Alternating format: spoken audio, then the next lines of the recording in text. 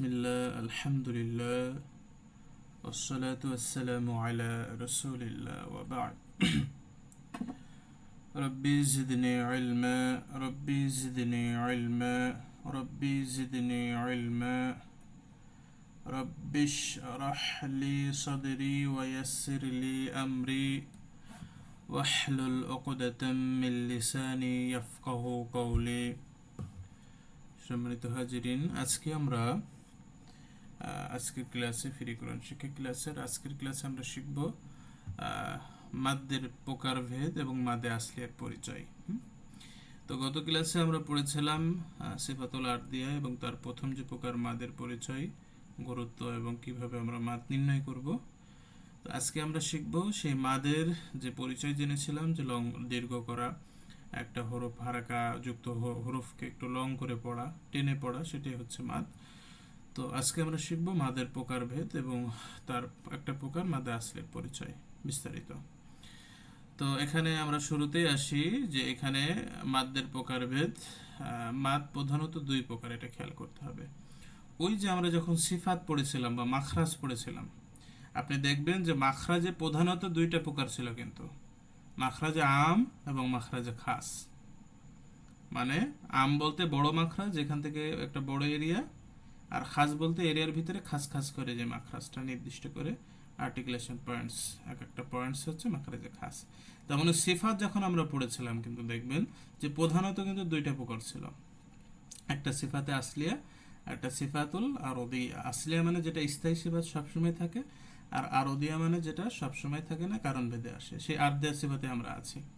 তো এখন দেখুন, আরদিয়া সিফাতের ভিতরে মাদ একটা প্রকার আর কি। তো মাদেরও আবার কি প্রধানত দুই প্রকার রয়েছে, খেয়াল করতে হবে।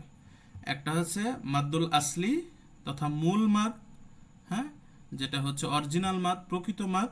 আর একটা হচ্ছে মাদ্দুল ফারঈ, মানে শাখাগত মাদ, প্রকৃত না, ওর থেকে শাখা প্রশাখা।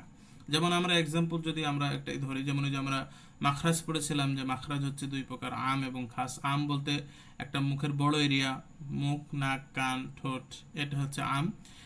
আর খাস হচ্ছে ওই আম থেকে, খাস হচ্ছে ওই আম মাখরাজ থেকে, যেমন জিহবা থেকে অথবা গলা থেকে, ওই গলার অংশ থেকে খাস খাস করে, মানে নির্দিষ্ট নির্দিষ্ট করে যে পয়েন্টসগুলো করা হয়, সেটা হচ্ছে মাখরাজে খাস। যেমন গলার ভিতরে গলাটা আম, আর এই গলা থেকে তিনটা খাস, মানে নির্দিষ্ট করে একটা পয়েন্টস বানানো হয়েছে, সেটাকে তিনটা মাখরাজ বলে, মাখরাজুল খাস। একটা গলার ভিতরে মাখরাজে খাস আছে তিনটা। তার মানে এটা সেম আমরা ধরতে পারি যে আসলিটা হচ্ছে একটা মূল মাদ, মাদের উৎপত্তি আসলি থেকে। আর এই আসলি এর থেকে যেই শাখাগুলো বিভিন্ন কারণে যে ওই মাদুল আসলি থেকে বর্ধিত করে যে মাদটা হয়ে থাকে, সেটা হচ্ছে ফারাই। এর থেকে এটা এই আসলিকে বর্ধিত করে সুকুন অথবা তাইদিদ, আমরা যেটাই ধরি না কেন, সুকুন অথবা হামজা যদি আমরা করি, এখানে একটা রিজন, একটা বড় ফারের। তো এই আসলির এই যে রিজনটা থাকে, তাহলে সেটা ফারাই কয়েকটি প্রকার রয়েছে, সেই প্রকারের অন্তর্ভুক্ত হয়ে যাবে। বোঝা গিয়েছে? তাহলে মাদ প্রধানত দুই প্রকার, খেয়াল করতে হবে। একটা আসলি, যেটা সব সময় থাকে, এটা হচ্ছে এক কথা যে মূল মাদ, এবং প্রকৃতগত মাদ, এবং এই মাদটা আপনাকে সব সময় দেয়াই লাগবে, কম বেশি করলে এটা সমস্যা রয়েছে। এটা হচ্ছে আসলি মাদ। আর ফারাই মাদ, সেটা হচ্ছে এর ভিতরে কিছু কিছু বিষয় রয়েছে যেটা সব সময় দেয়া লাগবে, সব সময় প্রযোজ্য, তবে কিছু কিছু ক্ষেত্রে এটা আপনার হচ্ছে ইচ্ছাধীন আর কি। এটা আমরা বিস্তারিত জানবো। তো আজকে আমরা যেটা শিখবো সেটা হচ্ছে যে আসলে, যেটা হচ্ছে মূল মাদ, মাদের যে রিজন, সেটা শিখবো। আর ফারেই তারপরে আমরা শিখবো, এটার পরে। তো মাদ্দুল আসলি এর পরিচয়। আবিধানিক করতে মাদ শব্দের অর্থ লম্বা বা দীর্ঘ করা, এটা আমরা পড়েছি। তো আর আসলি শব্দের অর্থ মূল, প্রকৃতি, মৌলিক, হ্যাঁ, আপনার হচ্ছে যেটা এক কথায় বলতে আমরা ইংরেজিতে যদি ধরতে পারি তাহলে অরিজিনাল, বাংলাতে আমরা আসল বলতে পারি, যে আসল, আসলি থেকে আসল। সিফাতুল আসলিয়া পড়েছি, ওই সেটাই আসলি আর কি। আসল এর মূল আর কি মাদ্দা, এটার অর্থ যে আসল মাদ আর কি, প্রকৃত মাদ, অরিজিনাল মাদ। তো একত্রে মাদ্দুল আসলিয়ার অর্থ হচ্ছে মূল মাদ বা প্রকৃত মাদ। তো পারিভাষিক অর্থে আসে আমরা যে মাদ্দুল আসলি এমন মাদকে বলে যা কোনো কারণ ছাড়াই তেলাওয়াতের মধ্যে স্বাভাবিকভাবে মাদের যে রিজন, এই রিজন প্রয়োগ করে এসে থাকে। অর্থাৎ যেই মাদ সুকুন অথবা হামজার কারণে আসে না। এই যে আমরা মাদ্দুল ফারি, এটা কিন্তু সুকুন হামজার কারণে এই মাদ্দুল ফারি হয়। আর আসলেটা সুকুন হামজা কারণ না, মাদের যে রিজন আমরা যে পড়েছিলাম না, যে এই যে এখানে মাদের রিজনে যেমন এই যে খালি আলিফ তার পূর্বে জবর থাকলে যে বা, বাকে বা পড়তে হবে, এইটা আর কি, মানে এই রিজন অরিজিনাল, এটাকে বলে অরিজিনাল রিজন মাদের। তো এই রিজনের কারণে যে মাঠটা এসে থাকে সেই মাঠটা হচ্ছে আপনার আসলি মাদ।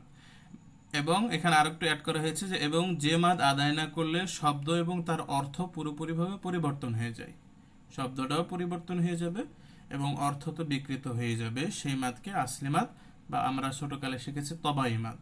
হ্যাঁ, মাদ্দে তবাই শিখেছি আমরা। আর পবিত্র কোরআনের কিন্তু 90%ই, 90% 90%ই কি এটা আসলি মাদের সাথে সম্পৃক্ত।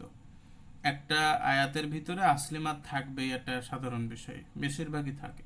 এবং আসলি মাদটা প্রায় 10টা যদি কোরআনে মাদ থাকে, তাহলে আসলি মাদটা 9টা পাওয়া যাবে, মানে 90% এক কথা। সব থেকে বেশি কোরআনে এই মাদটা ইউজ হয়েছে। তার মানে এই মাদের গুরুত্ব খুবই ইম্পর্টেন্ট। হ্যাঁ, এবং আসলি মাদ দেওয়াই লাগে, কিন্তু না দিলে যে বললাম যে শব্দ পরিবর্তন হয়ে যায়, অর্থ পরিবর্তন হয়ে যায়, এমন একটা মাদ হচ্ছে আসলি মাদ। তো আসলি মাদ আমরা চিনব কি করে? যেমন এই যে এখানে জবর আছে, সরি, এখানে শুরু থেকে যদি আমরা পড়ি যে খালি আলিফ, একটা পুরো আলিফটা এর পূর্বে, মানে এটা খালি থাকবে, উপরে যে এর ফোঁটা গোলা গোল বা কোনো সুকুন টুকুন কিছুই থাকা লাগবে না। এর পূর্বে যদি জবর বা ফাতহা থাকে, যেমন এখানে বা, বা জবর বা, এরপরে যে খালি আলিফ আছে, তাহলে এখানে বা এক আলিফ টান দিয়ে দিতে হবে। তবে এর পরে হামজা বা এর পরের শব্দের উপরে সুকুন থাকা যাবে না। হামজা এর পরের শব্দে হামজা এবং সুকুন বিশিষ্ট হরফ যদি না থাকে, ওই দুইটা থাকলে কিন্তু সেটা কিন্তু ফারাইয়ের অন্তর্ভুক্ত হয়ে যাবে। বুঝতে পারছেন, ওটা ফারাইয়ের অন্তর্ভুক্ত হয়ে যাবে। এই জন্য সুকুন থাকা যাবে না এবং হামজা থাকা যাবে না। এটা না থাকলে এটা হচ্ছে মাদ্দুল আসলি। আর একটা রিজন হচ্ছে ওয়া সাকিন, ওয়াতে সাকিন থাকবে, পূর্বে কি থাকবে দম্মা, মানে পেশ, বু বা পেশ বু, এরপরে যদি ওয়া সেকেন্ড পাওয়া যায় তাহলে আমরা পড়বো বু। কিন্তু যদি হামজা অথবা সুকুন থাকে তাহলে কিন্তু ওটা লং হয়ে যাবে, একালিপ থাকবে না, অনেক মানে দীর্ঘ করে ফেলতে হবে, ফারাইয়ের অন্তর্ভুক্ত হয়ে যাবে।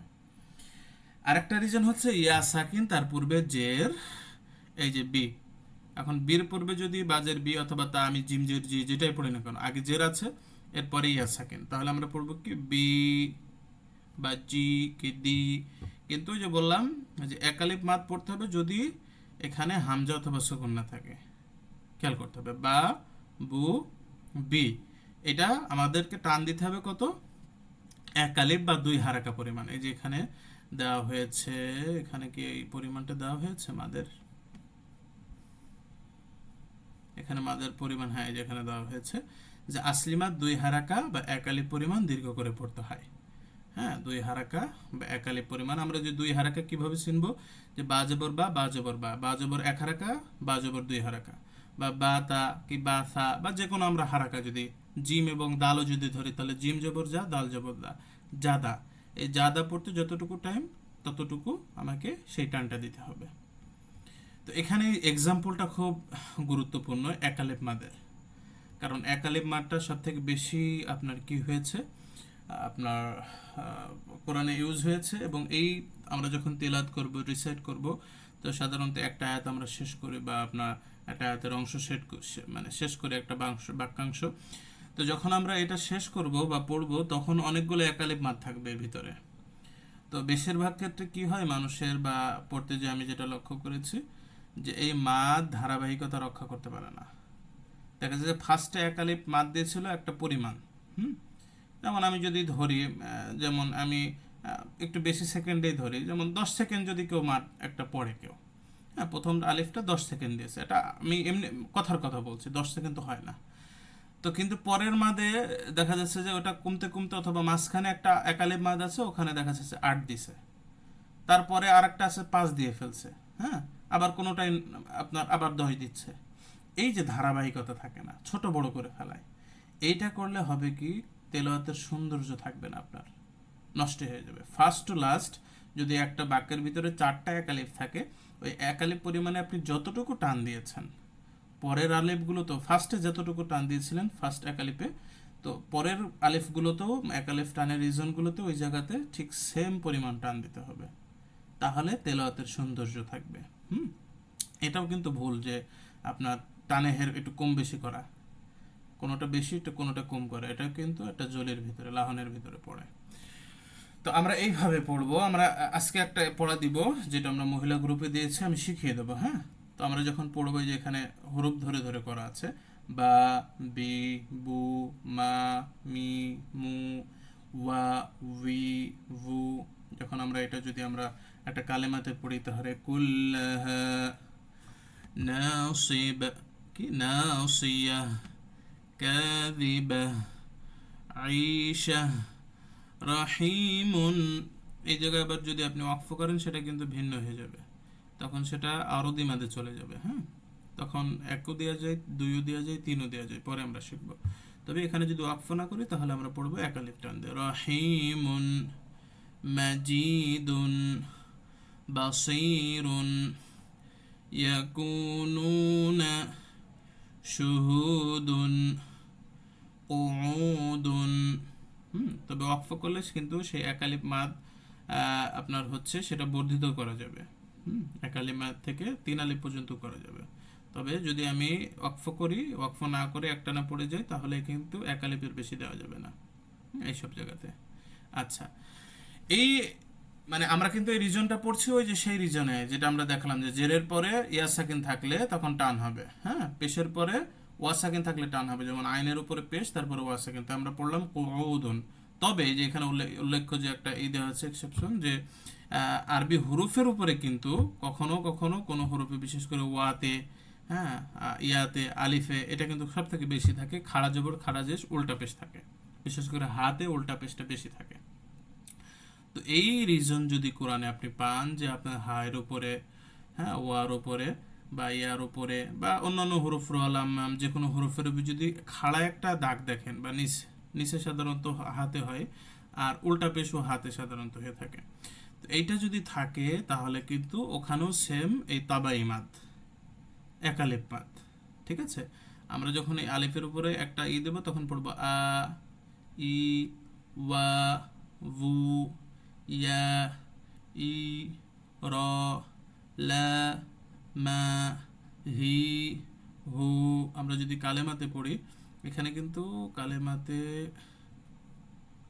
আচ্ছা, এখানে আপনার হচ্ছে খাড়া জবর খাড়া জের খাড়া পেশের এক্সাম্পল এখানে দেওয়া হয়েছে। তবে আমরা এই এক্সাম্পলটা সব মাদের ক্ষেত্রেই ধরবো। মানে এটা একটু কম দেওয়া আছে, তবে এইটা সব থেকে ভালো হবে, এটাই মহিলাদেরকে বলেছিলাম। যে ওই যে আমরা বলছিলাম না, যে আমি একটু আগে বললাম যে মাদের ধারাবাহিকতা থাকে না, কোনোটা কম কোনোটা বেশি হয়ে যায়।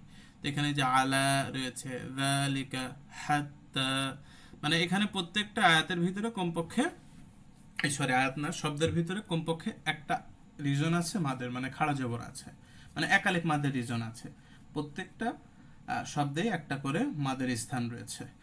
তো আমরা এটা গত ক্লাসে যেটা পড়বো, আমরা করব, আপনাদেরকে আমরা ধরবো, চেষ্টা করবেন এটা প্র্যাকটিস করে আসার। এই সপ্তাহে আপনারা এটা ট্রাই করবেন, যেহেতু আমরা মাদে চলে আসছি, কোরআনে তো এমন অসংখ্য মাদ রয়েছে। শাহাদাত ভাই কিছু বলতে চান?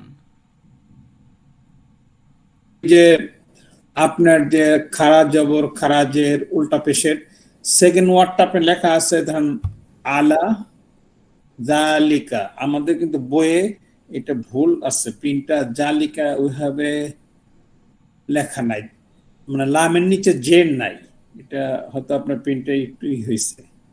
আপনি লামে যেটা জেড দেখাচ্ছেন নাই? না, এখানে এই জেডটা নাই। এটা কোথায়, মানে সূরা সূরা বাকারার ভিতরে? না না, আপনি যে আপনি যে এখন খারাপ যাব সেকেন্ড ওয়ার্ডটা জালিকা, এই যে আমি দেখাচ্ছি আপনার এই যে জেড যেটা আছে এখানে নাই ওই আপনার আপনার প্রিন্টে, বইতে, তাই তো? বইতে নাই। জি ও, জি জি। বইতে হয়তো বা এই জায়গায় ওই যে যখন ছাপাতে গিয়েছে এই জায়গায় হয়তো ওই রংটা আসেনি, ছাপানোর দোষে। আচ্ছা, কিন্তু অন্যান্য বইতে থাকতে পারে, হ্যাঁ, অন্যান্য আর বইতে এইখানে থাকতে যে পারে। আপনি এই যে পরের ওয়ার্ডটা যা হাত্তা হাত্তা, এখানে ইয়া যে আছে, এটা ইয়া কি সুকুন হিসাবে থাকবে নাকি এটা কি মানে এটা ইয়া সুকুন হিসেবে থাকে না। হ্যাঁ, এটা হচ্ছে থাকে না? ইসের ইয়া, মানে ইয়ার অনেকগুলো ই আছে আর কি। হুম না ওটা লেখার জন্য এটা লিখতে হবে, এরকম লেখে হ্যাঁ, নাকি এটা লেখার কোনো জন্য আর কি, লেখার জন্য। লেখার জন্য? আচ্ছা আচ্ছা, আচ্ছা, ঠিক এখানে আছে। এই যে বলে রাখি, এখানে এটা এই ফ্রন্টটা দেওয়া হয়েছে হচ্ছে আপনার হচ্ছে ওই এটা আরাবিক বাগদাদ ফ্রন্ট।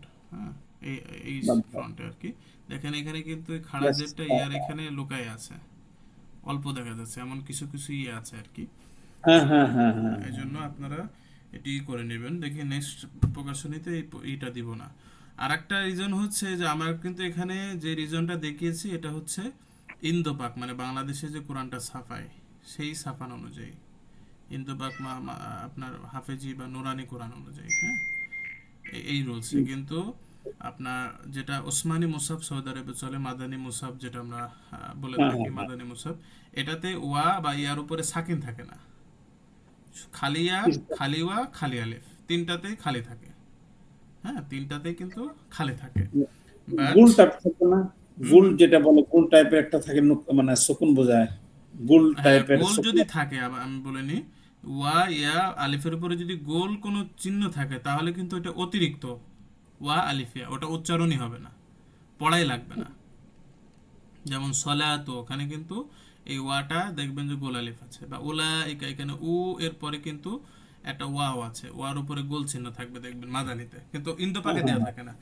ইন্দোপাকে যদি ওয়া ইয়াতে কোনো মানে কিছু না দেওয়া থাকে তাহলে ওইটা পড়তে হয় না। তো সুকুন থাকলে ওটা পড়া আপনার, সেটা যদি মাদ হয় বা লিনের হরফ হয় সেটা পড়তে হয়। মানে ইন্দোপাকের শর্ত হচ্ছে ইয়া ওয়ার উপরে কোনো কিছু থাকা যাবে না, তাহলে ওটা পড়া যাবে না। কিন্তু ওখানে রিজন হচ্ছে, মানে মাদানিতে রিজন হচ্ছে ওয়া এবং ইয়াতে যদি কিছু না থাকে তাহলে মাদের হরফ হবে, যদি গোল চিহ্ন থাকে তাহলে সেটা পড়াই যাবে না, অতিরিক্ত ওয়া ও আলিফ। আচ্ছা, এটা আলিফ ওয়া বুঝতে ইয়ার উপরে গোল চিহ্ন থাকলে ওটা অতিরিক্ত ধরে নিতে হবে। এটা। আমরা আচ্ছা নেক্সট ক্লাস সংস্করণে ইনশাল্লাহ আমরা ইন্দোপাক এবং মাদানি এই দুইটাই প্রচলিত বিশ্বে। তো এই দুইটার পার্থক্য আমরা সাধারণত পড়ে থাকি দুইটাই, তবে মাদানিটা সব থেকে সহি বিশুদ্ধতার দিক থেকে আমরা ওইটা পার্থক্য, একটা বেশ বড় পার্থক্য রয়েছে। যেমন আমার এখানে যে ইরোইনি বিহি, মাদানিতে কিন্তু এখানে খাড়া জের দেওয়া থাকে না, এই হার নিচে জের এবং পরে কিন্তু একটা একটা ইয়ার মতো একটা সিম্বল থাকে, ওইটা থাকলে কিন্তু ওখানে টান দিতে হয়, মাদানিতে দেখবেন। আচ্ছা, ইয়া থাকবে, আচ্ছা হ্যাঁ, এরপরে খাড়া জের থাকে না ওখানে, কি থাকে, একটা ইয়ার মতো কি থাকে, সিম্বল থাকে, ছোট্ট করে ই থাকে, এমনই আর কি। আচ্ছা আচ্ছা, তো আমি দেখিয়ে দিচ্ছি একটু, প্রথমে ষোলো পড়ে, হ্যাঁ এইভাবে আপনারা পড়বেন, যে যেই টানে দিবেন যদি ফার্স্ট পড়েন, তবে আমি আপনাদেরকে যেটা সাজেস্ট করব সেটা হচ্ছে ষোলো পড়া শিখতে হবে। একেবারে সর্বনিম্ন যে ষোলো পড়া যায় সেই ষোলো শিখলে আপনি মিডিয়ামও পড়ে যেতে পারবেন এক ধারাবাহিকতায়, আবার ফার্স্ট পড়লেও এক ধারাবাহিকতায় পড়তে পারবেন, সমস্যা হবে না। কিন্তু ষোলো পড়লে যে টানের পরিমাণটা একটু বৃদ্ধি পায়, ওই ধরাটা একটু কষ্টকর, ওইটা যদি কন্ট্রোল করা যায় তাহলে আপনাদের সবার জন্য কি হবে, মঙ্গল হবে, সকল তেলাওয়াত করার জন্য।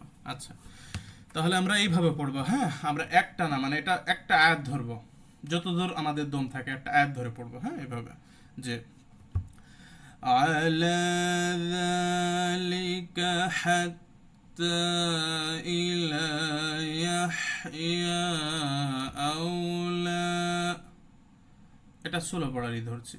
আর আমি যদি একটু মিডিয়াম পড়ি, মাওলা আ'লা আ'মা ফাআওয়া বিহি ইলা রাব্বিহি, সাধারণত একটু স্লো পড়লে আমার মনে হয় যে আপনাদের জন্য ভালো ভালো। হবে, একটু স্লো জি যাতে জি। পড়তে পারেন।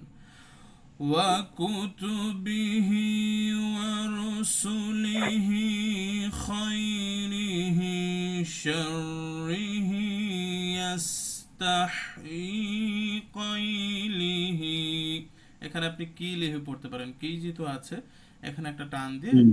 কিলিহি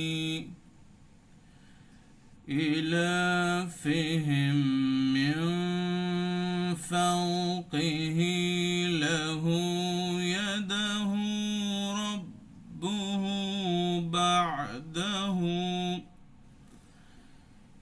كيده خلقه قوله بينه قبله حوله অথবা হাউলাহু, টান দিয়েও ছাড়তে পারেন, যেহেতু আমাদেরকে কি করতে হবে, একালিপ মাঠটা আমাদেরকে প্রকাশ করতে হবে।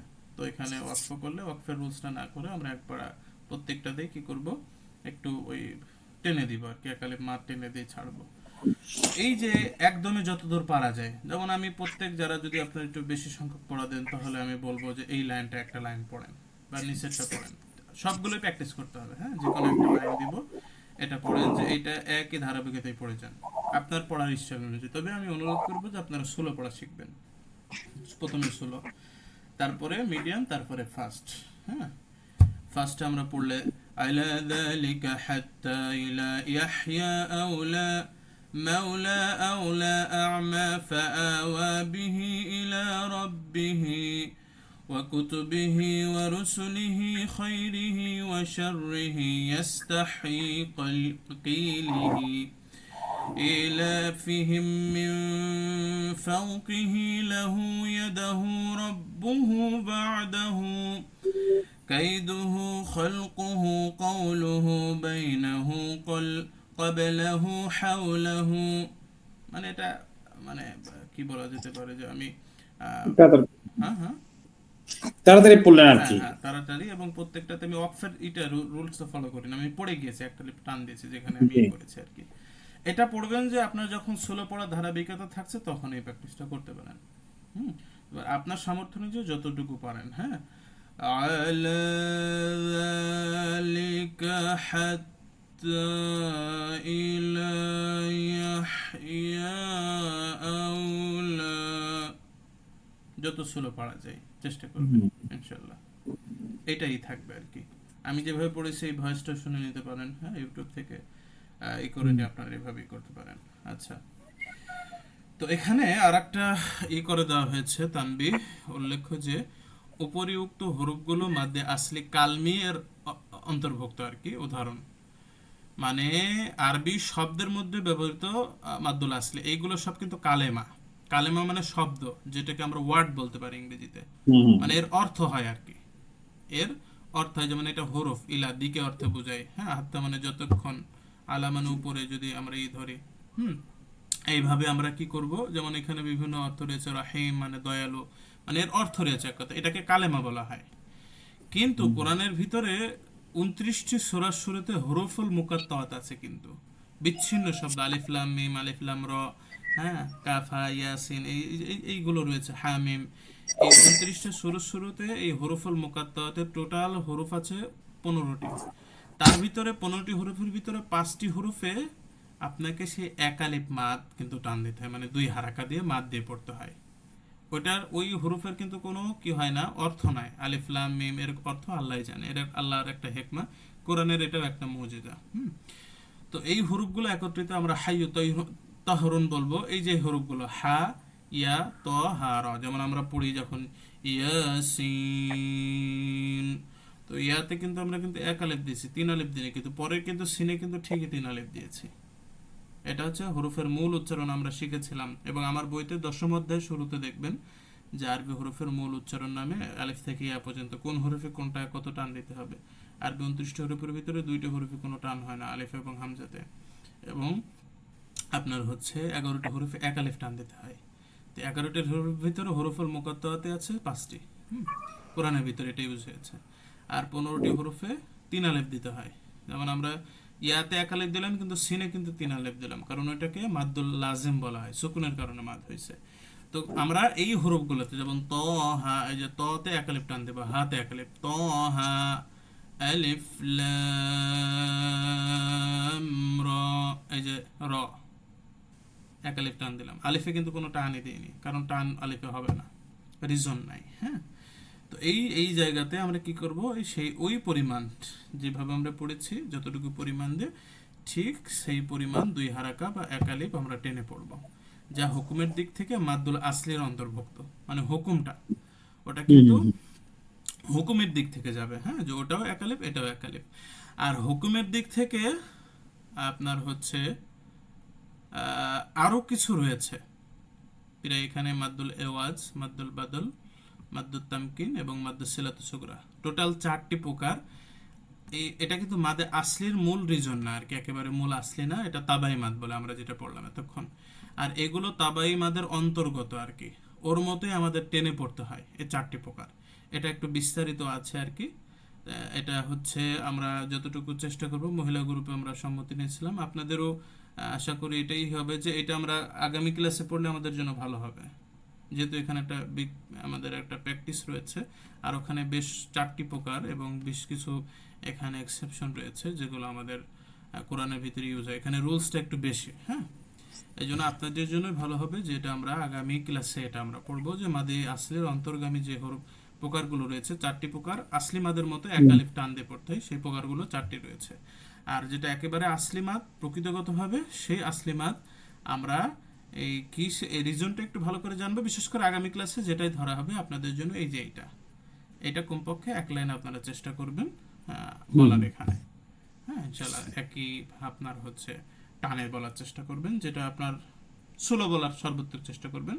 তো আপনি যতটুকু পারেন সেই পরিমাণ, সেই গতিতে আপনারা যতটুকু দিয়েছেন ততটুকু ধারাবাহিক রক্ষা করে আপনারা চেষ্টা করবেন যে আপনাদের পড়াটা সম্পন্ন করেন ইনশাল্লাহ। তো আজকের ক্লাসটা আমরা এই পর্যন্ত রাখি ইনশাল্লাহ। আমরা ক্লাসটা শেষ করি।